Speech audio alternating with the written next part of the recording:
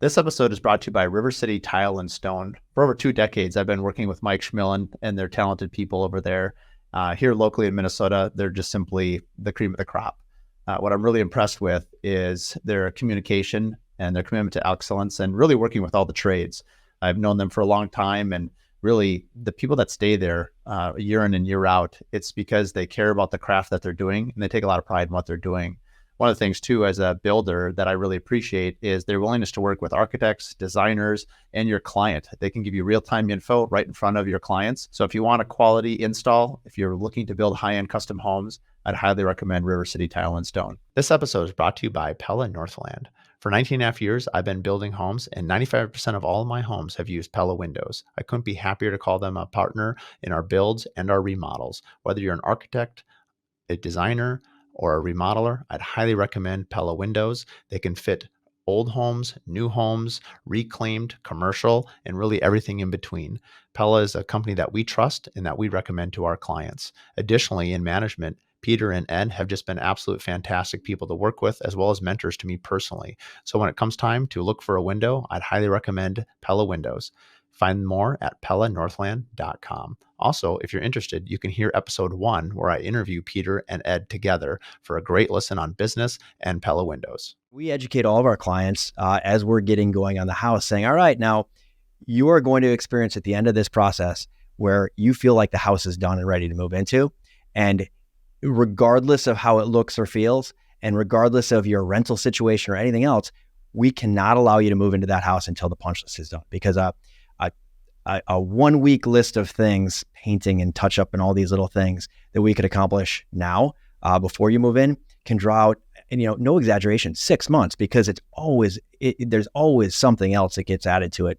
That's been a huge key to success and keeping clients happy. It's frustrating for them when they're kind of staring down the barrel of needing to get out of a rental and another month of not being into their house. But the worst thing we could ever do is let a client move into a house that's not ready to be moved in.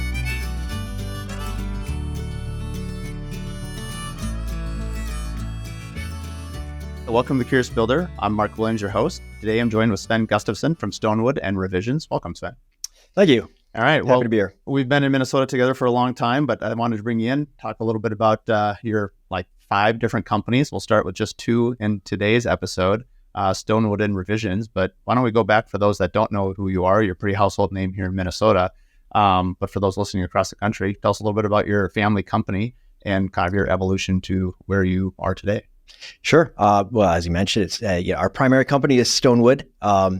We have been building in and around the area for generations. I like to say that I'm a 4th generation home builder. My mother and father built a lot around Edina and kind of surrounding areas. Then we also have Revision, which is a remodeling company that's been around for about a dozen years. Okay. You on your website, it was like 1920. So was it always a custom home builder? Had they just started a few homes? I mean, walk us through even those early days, because one of my questions to you will be a little bit about what it's like upholding kind of a legacy of family builders. Sure. Yeah. I think 1920 is really a nod to my grandfather and the building that he did around the same area. So the company itself hasn't been around since the 1920s, but it's a family tradition since that time. And so, yeah, it's an honor to be carrying on the family tradition. It's something that I grew up knowing that I always wanted to do. I grew up on my dad's job sites and didn't necessarily get into it right away. We can get into that later. But as soon as I had an opportunity, I jumped at it and joined with my mother and father. And at the time, my grandfather was working with us a little bit as well. Wow. Was your mom involved on the design side, or what was her involvement? So growing up, we moved probably every 6 months, maybe better than that, mostly in and around Edina. We only made one move outside of Edina in my 18 years living with the family. And my mom would always be decorating the homes. And so while she wasn't trained as an interior designer, she was really good at it. And so her career evolved into being our interior designer at StoneWood. And we hired people around her. Was that kind of interesting as a young man or young boy at that time, seeing your mom and dad kind of work together? I mean, it's the only life you really knew. You probably thought that was normal, right? Because that's house would you compare? Like, this is what's normal, moving every 6 months or every year. At what point did it kind of dawn on you that that was not, a normal way to sort of grow up? And I only say that because, I had a very similar experience. Yeah, I don't think it's not normal. It's the most normal thing. It's what everybody should do. No, it was our lifestyle, and when we loved it. I think my mother was a saint and very patient, putting up with moving every 6 months or so. But I think we grew to love it, and it was great for the business as well, because rather than building spec homes, which my mother and father did as well, our home was the next model home, and it was kind of the hedge against a spec home, and our home would be for sale, and the spec homes would be for sale as well. But ours were decorated impeccably, looked like they were ready to move into, and almost always sold before the homes that were under construction. So we'd move. Did you have, and most of those listening to the audience would know that I also, as a multifamily generational builder as well, but having a similar experience hearing it from you, the idea that you sort of are always ready to like go out for dinner because someone was going to come over and look at your house, but your dad and mom may stay behind to kind of show it. Was that a similar experience for you, where you'd be like, hey, there's a showing tonight, or we're going to take somebody through the house? How did you guys navigate that as you were trying to sell the homes that you were living in? Yeah, everything was always for sale. And so the house was always ready to show. And I think it definitely instilled some OCD. I still struggle a bit that the house has to be looking great all the time. And with 3 kids, I'm learning how difficult that must have been for my mother and father to keep the house looking like it wasn't a disaster. How many siblings do you have? I've got 3. Okay. And are any of them involved with building? None involved in the so business. They have the same bug. Where are you in the birth order? I'm the oldest. You're the oldest. Yep. Okay. How, so when maybe we'll go back again to the beginning, you knew right away, or at least at a certain age, that you wanted to be involved. What was it about watching your mom, dad, or was it building itself, or what was it that kind of drew you in? Definitely the creativity. This might sound a little corny, but I grew up really thinking that my father was an artist. The things that he would incorporate into the homes that he was building were fun. I mean, I think probably at a certain point in his career got a little bored, and he'd built a lot of homes, hundreds and hundreds of homes over the years. And I think one year he built over 100 homes. So it was a different business than we have today. And so he did things to have fun with it, secret rooms, and he had all sorts of little trademark things. This is a crazy one. He had telephone booths, little rooms that just were for the telephone. And that, back in the 80s, that was a cool thing. And so, I saw the fun of that. And later in his career, a lot of the architects that we worked with would say, the work that I do for your dad, the plans, that's just the starting point. He's not going to build this. He's going to take it an entirely different direction. He wants 3 or 4 sheets, and that's all he needs. And then he's going to figure out it as he goes. And he had a lot of fun doing that. So I enjoyed watching that process. And I love the permanence of what he was doing as well. We were building things that were going to be around for a long time. We're remodeling some of the homes he built back in the early 80s and late 70s. Interesting. And so from a scale standpoint, you kind of mentioned it. I mean, 100 homes a year, obviously what StoneWood is today, there's no way you could, for those that aren't familiar with what Sven builds, go to his website, stonewood.com. It's pretty impressive. I'm guessing are 7 to 10 homes a year at that strat, or like what? It's always hard to put a number on that. We always have 8 or 10 homes going. And so as they expand and contract in size, we like to say we do 10 homes a year, but I think we finished 7 last year. Right. Yeah, totally. It's the ups and downs of especially if a home is 2 years in the making or 3 years or whatever it is, it's really hard to get that cyclical number exactly right. Everyone will always want, especially whether it's your insurance carriers or marketing or however you're saying it, you kind of end up picking an average. Yeah, we're not. We have no intention of growing the business in terms of the quantity of homes that we're building. We're growing in dollar volume. The homes seem to get bigger every year, and then just in other ways, not volume though. Yeah. What were you able to? I believe your dad has passed now. Is that right? Yep. Were you guys able to spend some time working together before that happened, or walk us a little bit through how did the transition happen? Yeah, that was a huge blessing to have joined the business when I did, and got a good 15 years working with my mother and father at the business.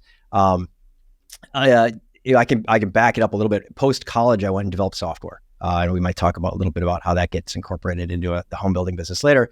But had a very lucrative job developing software. Enjoyed it to a degree, but going back to the permanence of it, we would write software, develop different things for businesses that might only be used for a few months before they moved on to the next thing. And maybe use it or maybe not. It was more just like an iteration or like a design concept. And they just might decide to go in an entirely different direction or replace the product that we modified or built for them with something entirely different. And that just was soul crushing. You could spend 6 months or a year building something that it didn't even last that long in its life cycle after you released it.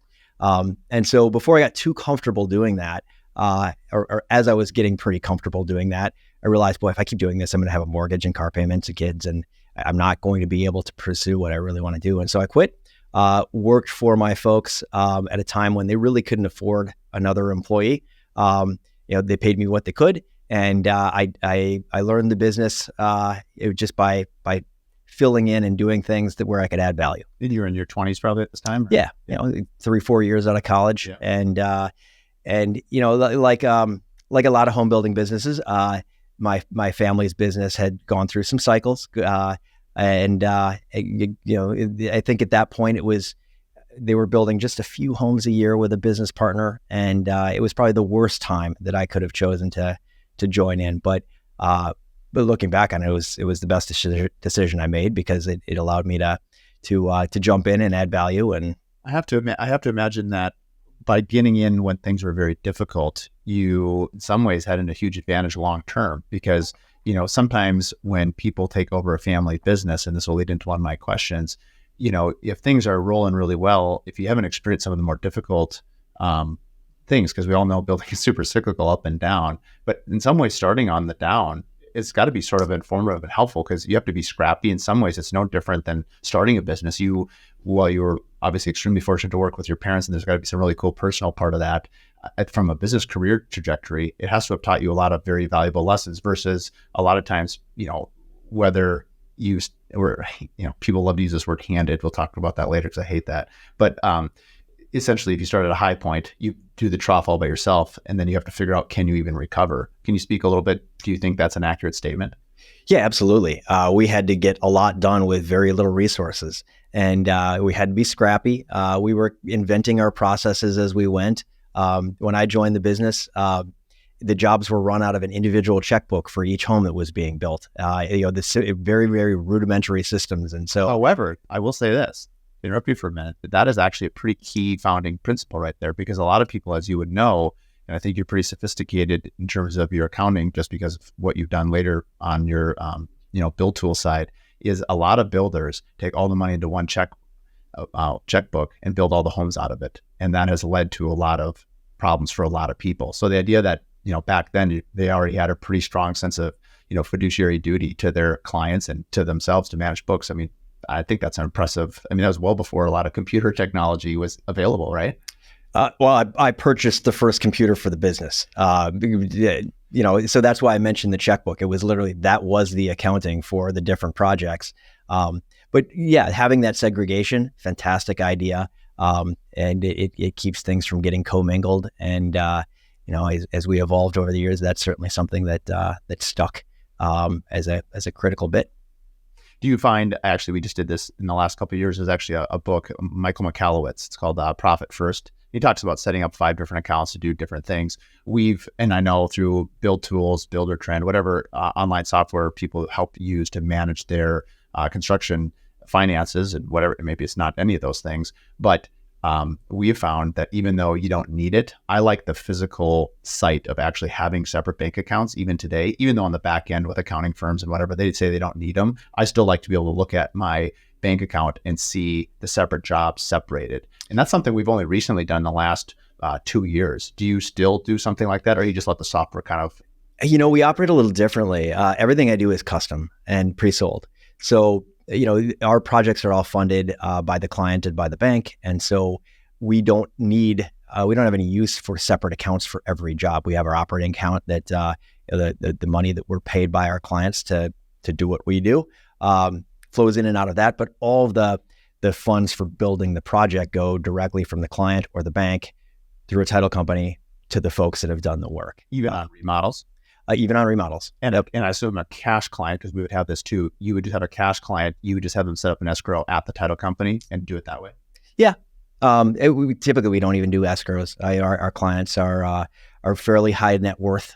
We tend not to worry too much about their finances. How do you handle design down payments? I mean, one thing that we've dealt with, actually not dealt with, but it's been to our advantage and just what way to kind of secure it. I mean, we'd usually do a design agreement as we're working through the architect selection, interior design selection, and we're taking obviously those funds as a down payment during that cycle.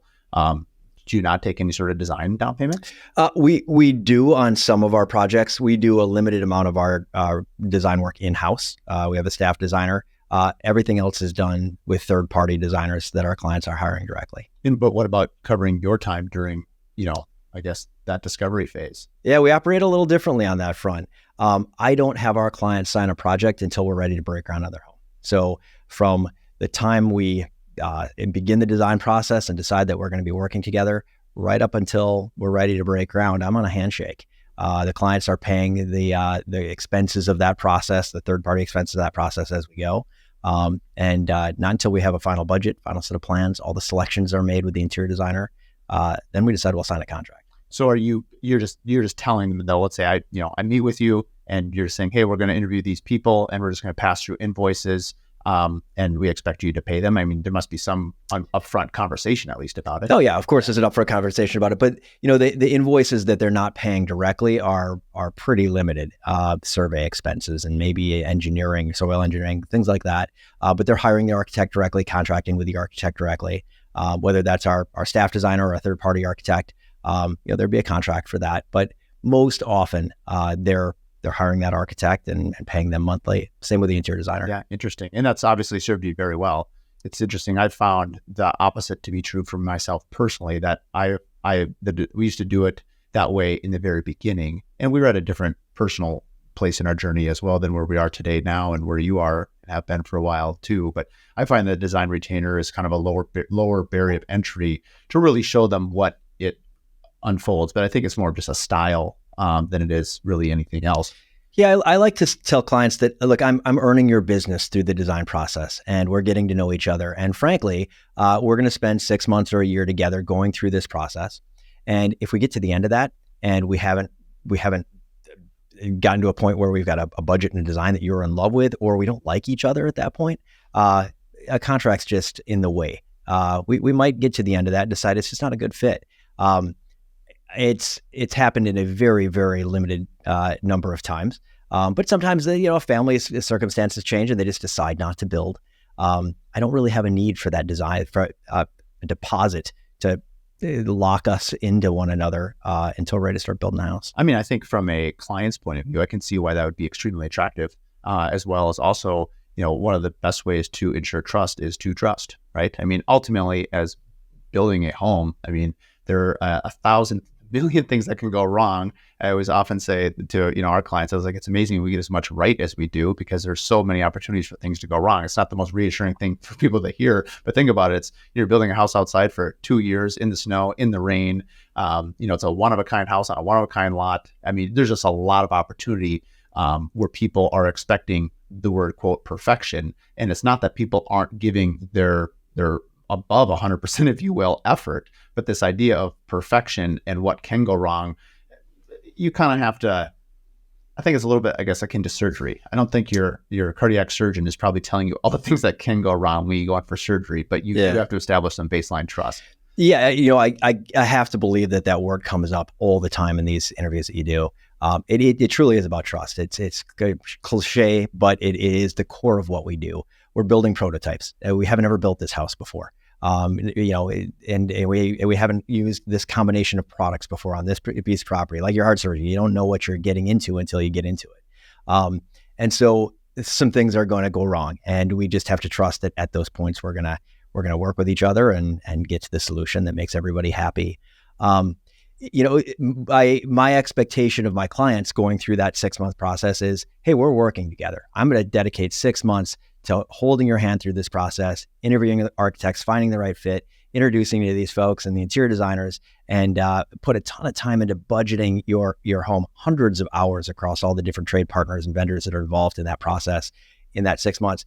And if we get to the end and that client decides to hand the plans and the selections to another builder, that's probably not the person I want to work with. If they're going to betray that trust and not let us work to a budget and try to meet their expectations after all that hard work, if that client walks, I probably won. I'm not going to spend my next year working with somebody that just isn't the caliber of human that we want to work with. You touched on a very good subject that we brought up before on the podcast, but identifying your ideal client. And I can't say that I've always done, early on in my career, you're hustling, you're scrappy. I mean, you'll do anything for anything. And, during, two downturns, you also have to get scrappy too. But a lot of that mentality of kind of going through that scrappiness is like, at what point do you realize like, no, I am good enough. Like we deserve to be paid for this and we are very good. And I think it's a little key to that relationship. In the sense like it's okay to own who you are. And as you get older in your career and longer in your career, you kind of, or at least for me, you become more comfortable with obviously who you are and what you have. You don't have to apologize for what you are. And it's not that you can't get better, but it's like, we might not be a good fit and that's okay. For me, I felt like a great liberty and kind of really a step up in my own career when I finally understood how to harness that message. In fact, clients end up wanting you even more because of it. Have you found that to be true? And at what point did you sort of discover that on your own? Yeah, I think so. I tell all of our clients in an initial meeting, it's a two-way interview. We need to like each other. We need to feel that it's a good fit. And I think most clients will ask, how do I pick a builder? And it comes back to that cliched word, right? It's just all about trust. Pick somebody that you like. We're going to be working together for a couple of years. And it's going to have its rough spots, and we have to know that we're going to get through them together. Clients always remember that, and it's funny how often at the end of the meeting, very often they'll say, "So, what do you think? Do you like us? Did we pass?" That's a good sign that all right, they like me as much as and the red, flu and the red pill. They like me as much as I like them. So I think and they can joke about it, and it's going to be a good relationship. I think that's one of the benefits of how long we've been doing this and the success that we found is we can be selective about our clients. It's tough to walk away from a client, a great job. When you're only doing 10 homes a year, I could be walking away from 10% of this year's revenue. But if it's not a good fit, the best thing that a builder can do is just say, I can see this coming. My gut tells me this isn't going to go well, and better to just cut and walk and look for the one that we're going to enjoy working. How do you learn that the hard way yourself? Well, I think every builder does. I mean, I suspect every builder that comes in here can tell you the horror stories. And of the 10 houses you're working on, if you have one turkey, it just kills the momentum of the entire team and takes so much energy. And it's just not worth it. We had one a couple of years ago where, there was like kind of four in the bush, none in the hand. And they were the first one through, and we said, you know what? I was looking back. You're like, was that a red flag? Was it an orange flag? If it's red, if they, you're just like, okay, this is not me. But you're looking back, like, no, it was mostly orange, but it was also the first one in, and you're like, well, if I get 3 out of these 4, like things are good. 2, 1, we're in trouble, but it's the first one. You're like, I got to get it. Well, once that was right, right after COVID and things exploded, right? And we got all 4. And then you go back, you're like, man, I really wish I didn't take kind of that first one. But, hindsight's 20/20. Now going forward, we turned down a couple of jobs even last week that just didn't really seem to fit in our timing. And just, it's hard because we have to make pretty quick snap judgments on certain things. And as an optimist, I have to believe if anyone's good at remodeling, you have to be an optimist. And so sometimes it's hard because you're like, well, I could see where this could go. And you could see that it might be great. But then really kind of making a call on it, like you just have to make a decision. Well, yeah, but our whole process of not requiring a contract up front for construction, it's built around this. I get 6 months or so to learn about this family and decide if it's a good fit, and so do they. And I think if we're locked in and there's no turning back. Your decisions aren't going to be quite as wise and I see what you're saying. So you're saying that I get that. I mean, I would usually, the only thing I would argue with that is as a design retainer, I tell my clients, you're not locked into me either. And now it's highly unlikely you're going to go anywhere because we're going to develop this great relationship. But the end of this, to your point, 6 months, if you find that I'm not a good fit for you, hey, these are your plans. We designed this house for you. this is yours. I feel like there's still opportunity to do that. In the one that I'm thinking of in my mind, the plan was already done by somebody else. And so, I think sometimes, and I think most builders can relate to this too, it sounds really juicy when someone calls you and says, hey, there's a plan. Would you like to bid it? And that to me, it's not a red flag, but it's an orange flag, because you're like, well, if it's of the same strata, I usually like to ask them, which builder did you work with to get that? And if they won't tell me, I'm out. You need to be honest. And then I'll flat up ask them, why are you coming to me? Like, that person has a great reputation. They build a good home. What are you looking for? Because I really want to vet it, right? I feel like when I'm not part of the design process and all the way through, I've missed. Now I'm a commodity too.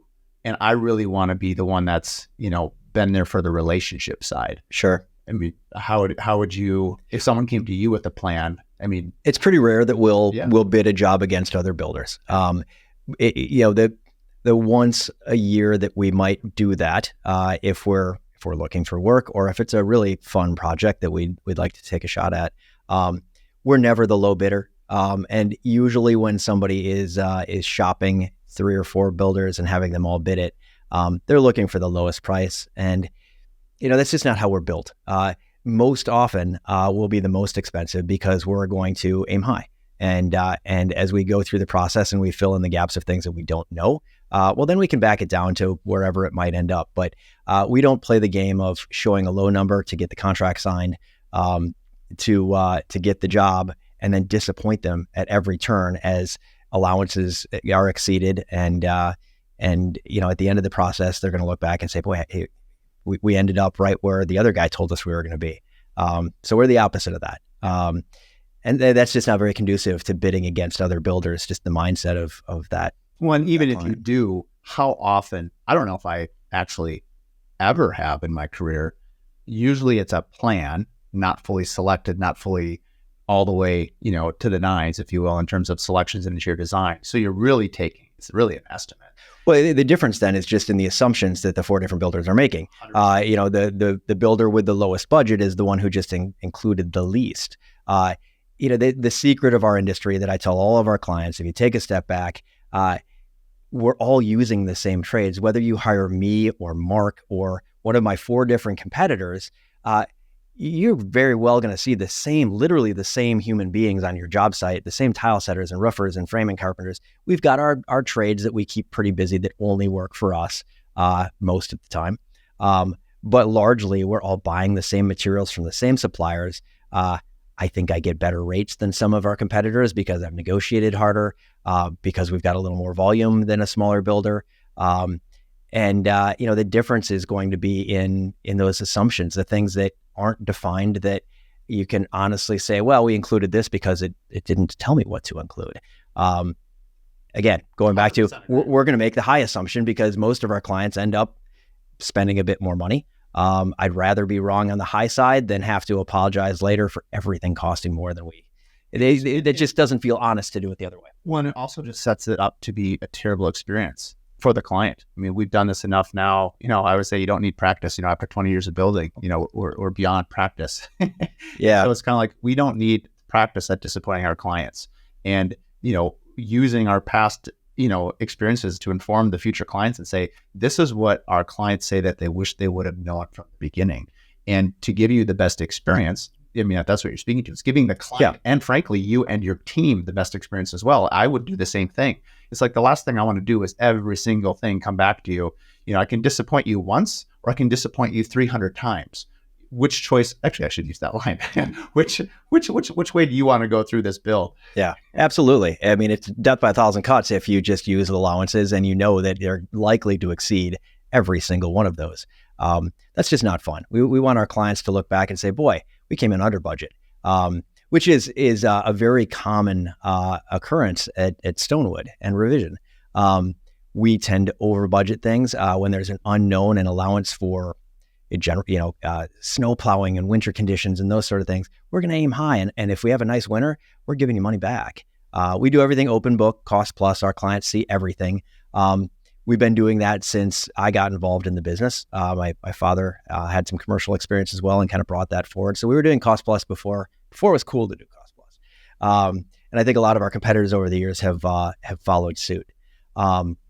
we don't treat that like an open, unaccountable checkbook. Our mindset is it's a fixed bid. If something exceeds what we have in our cost plus budget, our client's mindset is, why'd you miss it?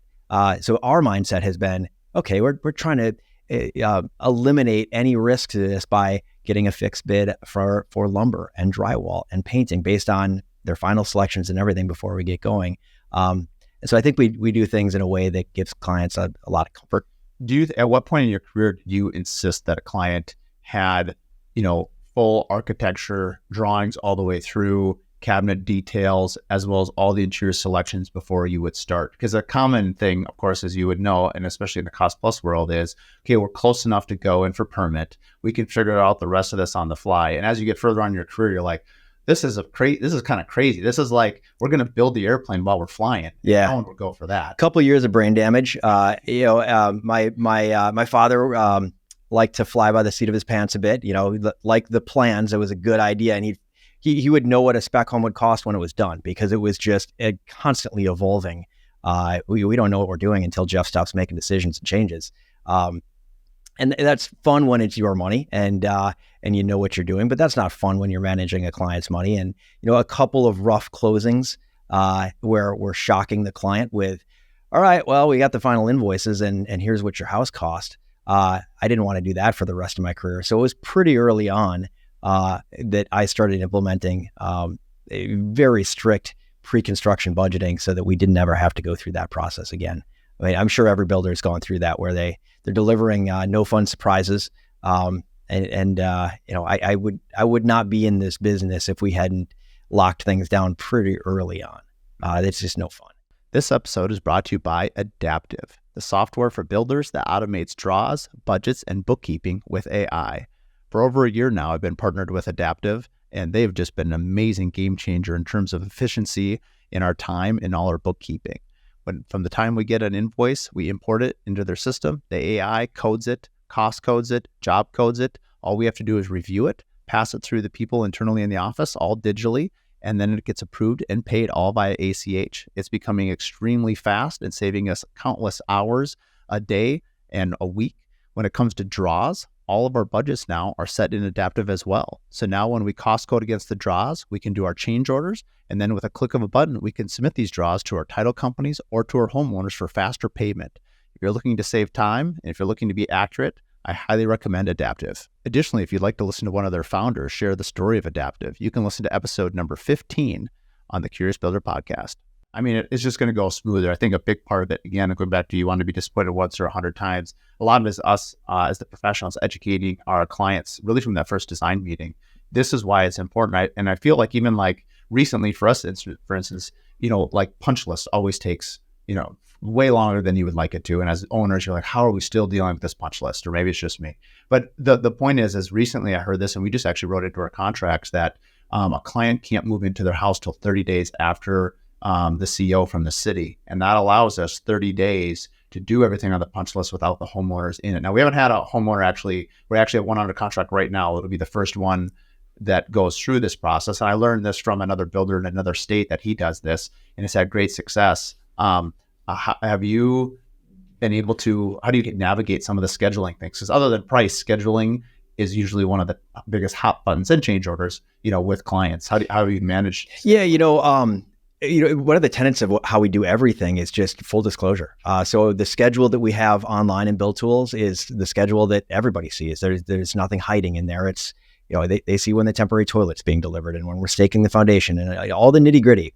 And built into that at the end is 3 to 4 weeks of finishing the house.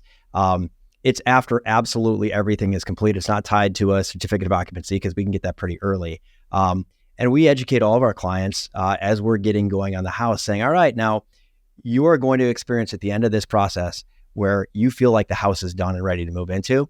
And regardless of how it looks or feels, and regardless of your rental situation or anything else, we cannot allow you to move into that house until the punch list is done. Because a 1 week list of things, painting and touch up and all these little things that we could accomplish now before you move in can draw out, and no exaggeration, 6 months, because there's always something else that gets added to it.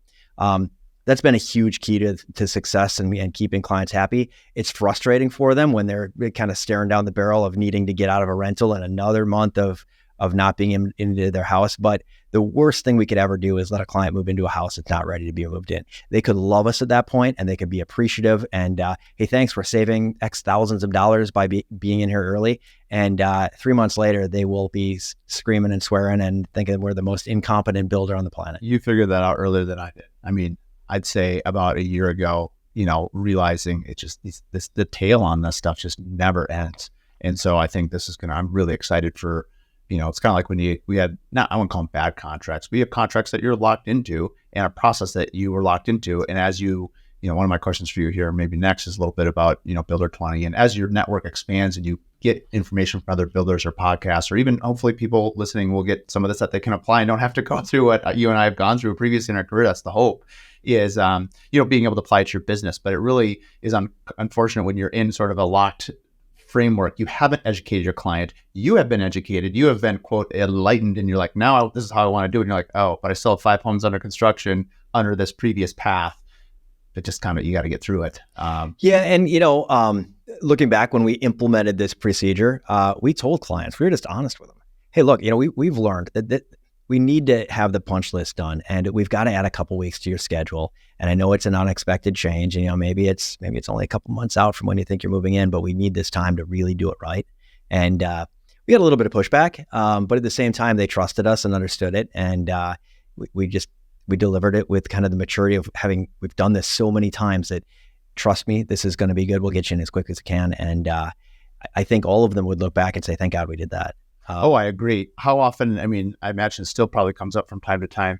I'm special. My case is unique. I have a graduation coming. I really have to get out. My rental is, and my rent is ending. I have to sell my house. How do you navigate that? It's just hard and fast. It's so ingrained in our mentality that moving a client into a house that isn't complete will never end well, no matter how much the client says, I get it, I understand, I'm going to be patient, I know that you're breaking the rules.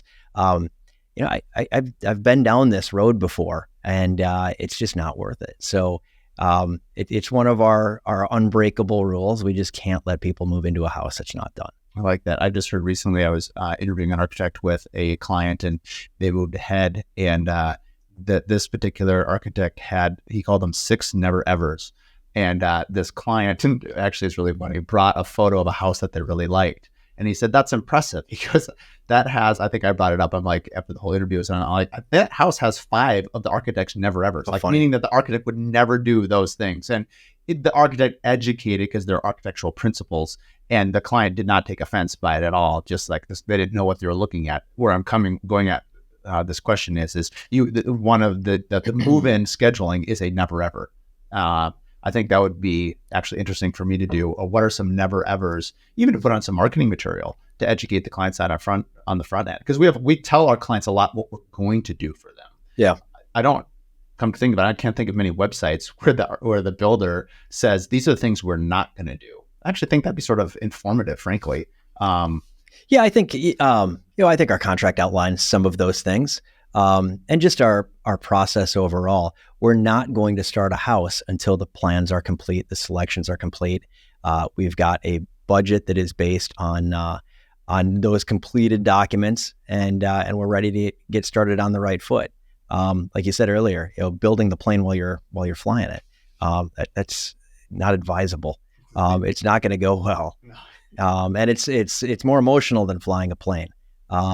So I can recall the last house I built. It's a big house at the time, about a dozen years ago, and really wanted the job. And the client refused to make the selections in advance. Said, "Oh, we're going to do it as we go." I broke our rule, and the client at the end said, "You were right.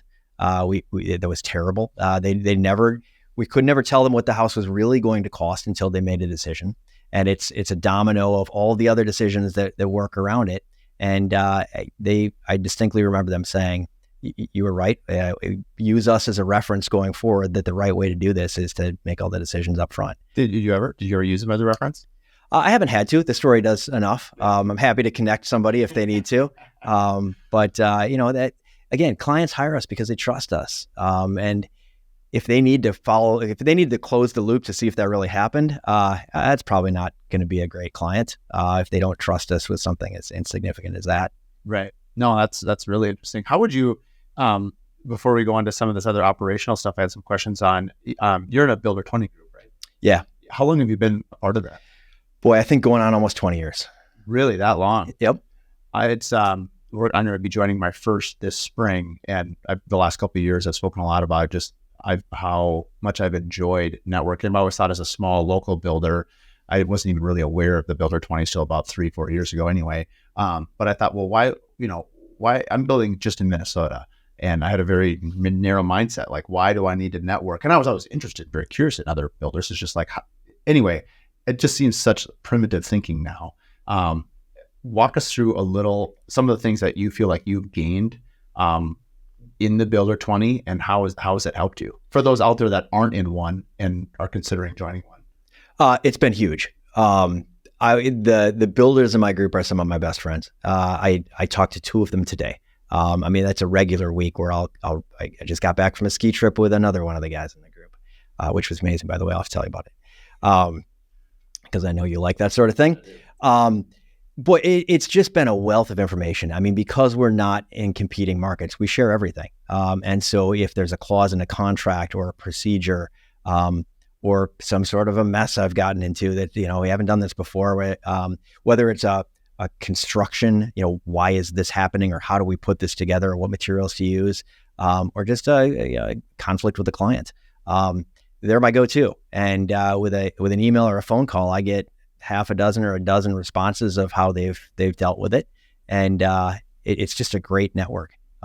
We share everything. We meet twice a year. We critique each other's businesses. We critique each other's sales process, and we're hard on each other. The members in my group have given me a hard time about not having a deposit on our contract through the process, and we arm wrestle over that, and they think they're right, and I think I'm right, and it leads to better businesses.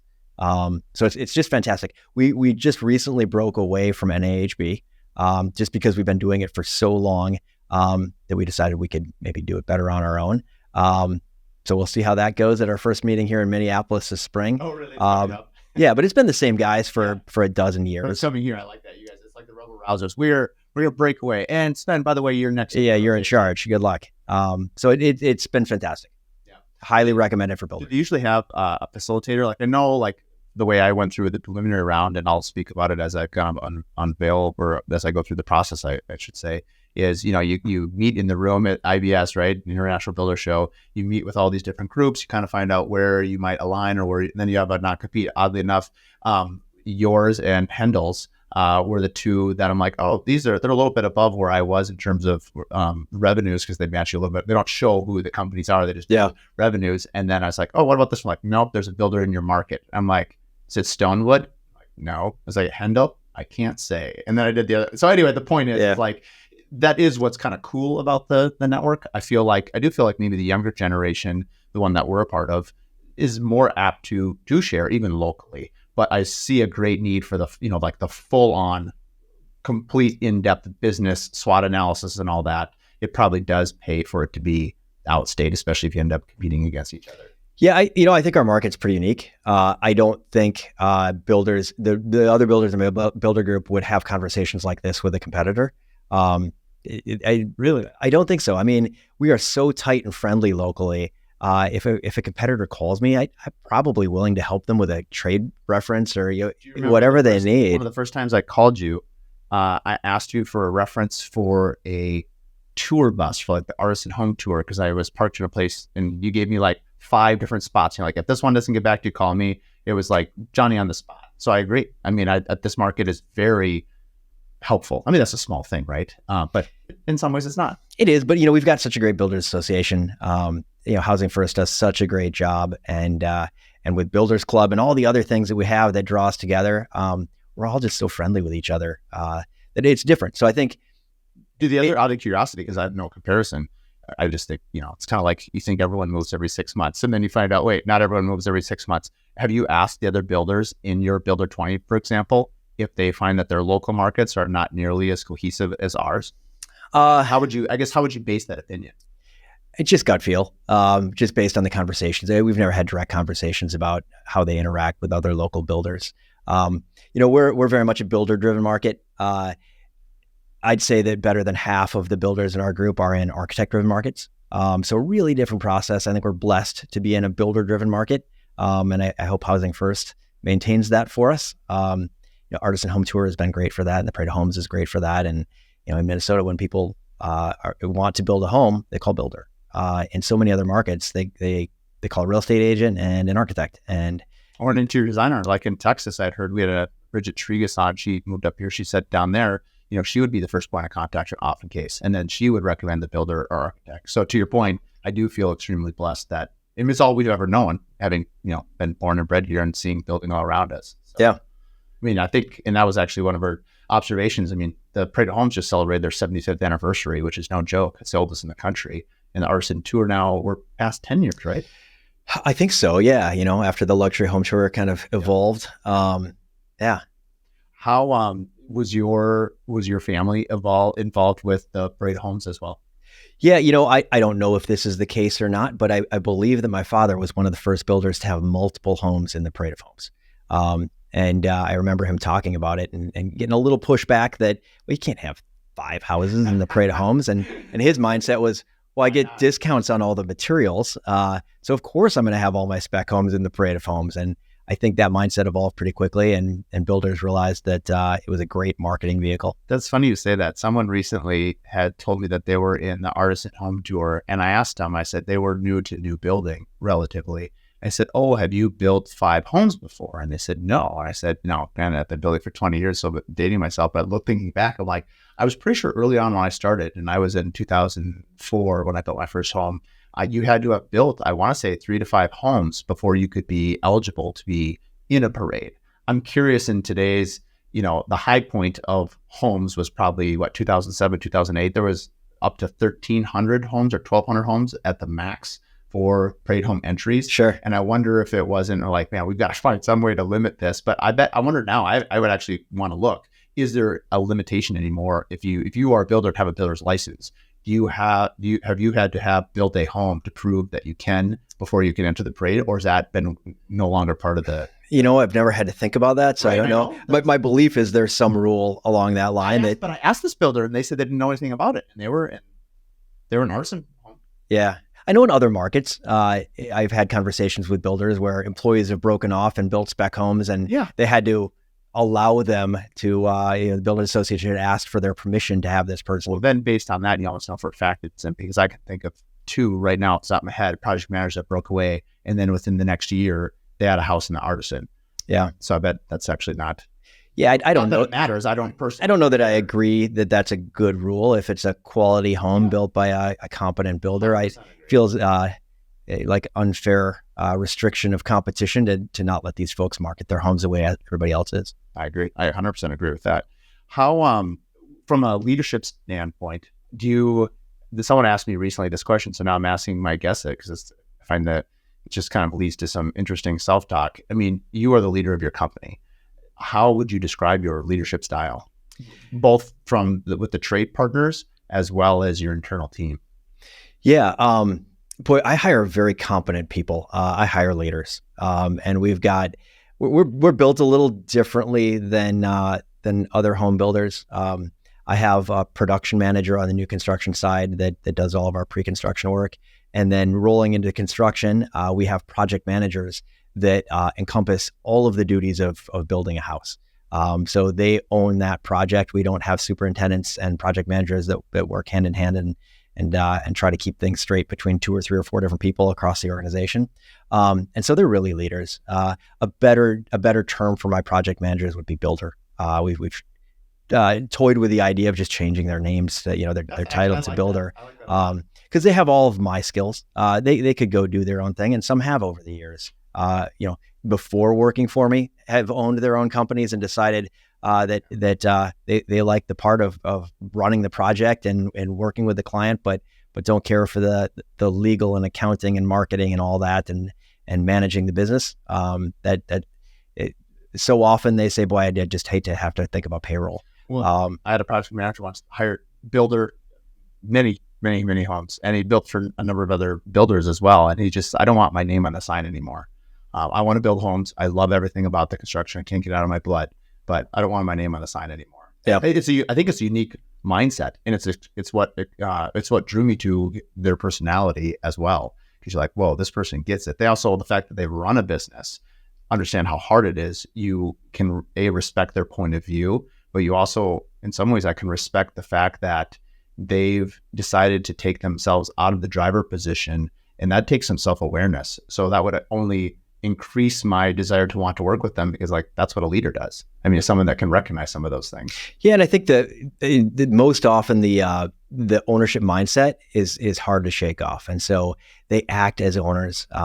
They own that project, and they treat it like I would treat it. And those people are hard to find. But we have found a fantastic team of 5 project managers, builders that could go do it on their own. And frankly, if they didn't have the qualifications to go be a home builder by themselves, they wouldn't be a good fit for the role that we've carved out. And we've had some over the years leave and go start their own businesses. And I think that's a testament to the quality of the people that we've got building our homes for our clients, is that they're very well rounded, very well educated, and experienced. And but for that desire to have their own business, they could go do it themselves.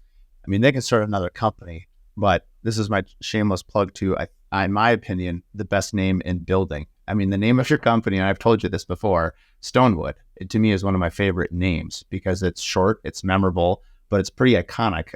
I had one of the higher ups from Cambria on, and I was talking about what is it with people's affinity to stone. I mean, stone's been around as a building product for thousands of years, and so in some ways, I don't know if it's your dad or your grandpa who named the company, but it was maybe you can answer that after this question. Yeah, sure. This statement is just like, stone is such a primal thing, and wood. And I've joked before that, well, stone wood was taken. I can't do wood stone because someone tried that.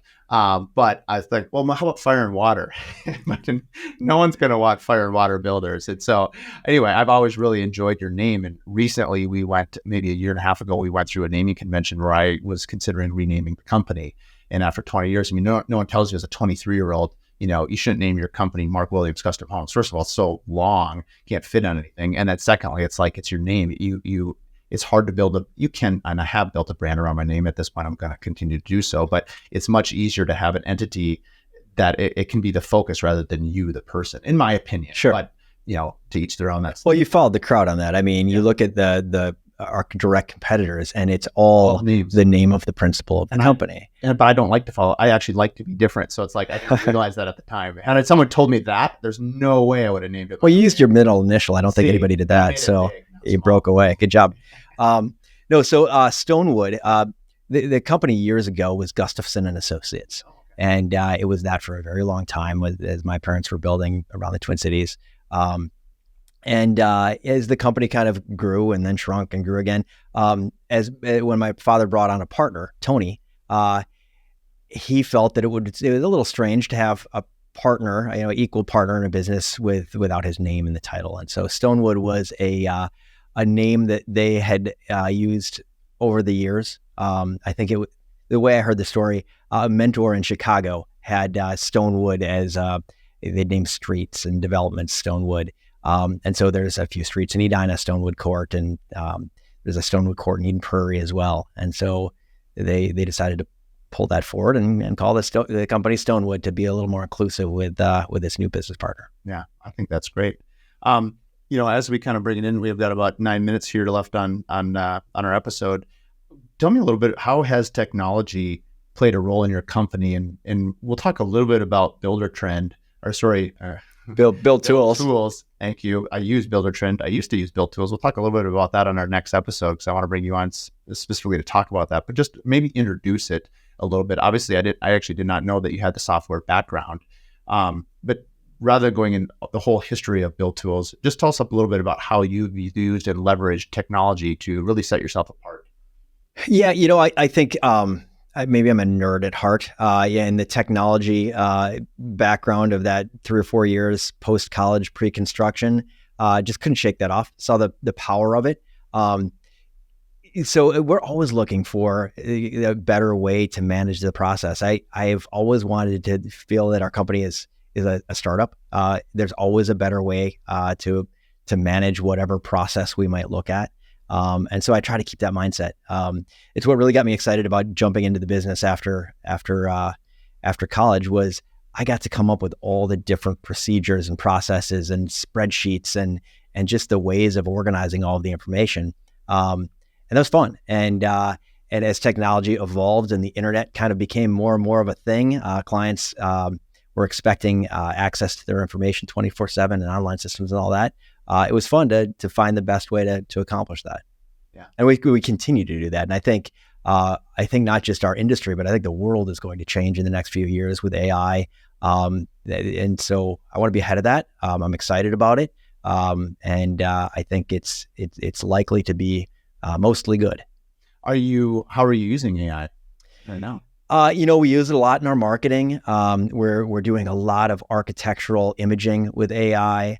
Doing that in-house with your designer? A little bit, yeah. Just, I think now that it's so easy to create images from text prompts, hunting across Pinterest and Houzz to find inspiring images is going to be a thing of the past.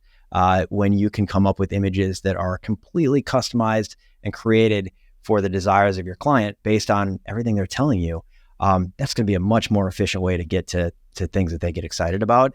And, I think the creativity of that process, they're not looking at what somebody else did. They're looking at an amalgamation of all of their ideas in something that's never been done before, but they're seeing it in a photorealistic fashion in moments. It's pretty cool. We had a home designer on actually that had mentioned, and we were just talking about the different levels of, architecture, the schooling, maybe akin to a doctor, home designer, maybe being akin to like a nurse, and then, these different paths of architecture and design. And his comment is, what is something that internet or AI can do, computers can do extremely well, way better than humans? Math.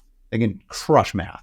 And his comment is that a lot of architecture is based on math principles. And so he saw that, maybe it's not 100% of it, but, is it 80%? Is it 90%? So he kind of thought that his industry was in for a huge shakeup.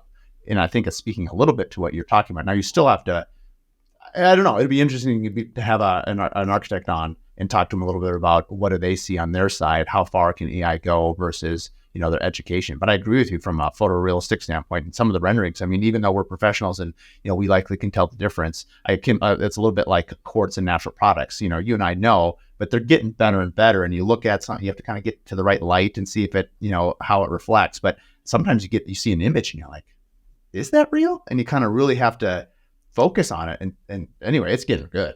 Yeah, it's going to happen very quickly. The large language models like ChatGPT and Bard and all these different things. What they're doing with words, taking the plurality of all these documents that they've consumed and remixing them based on the prompting you're giving them.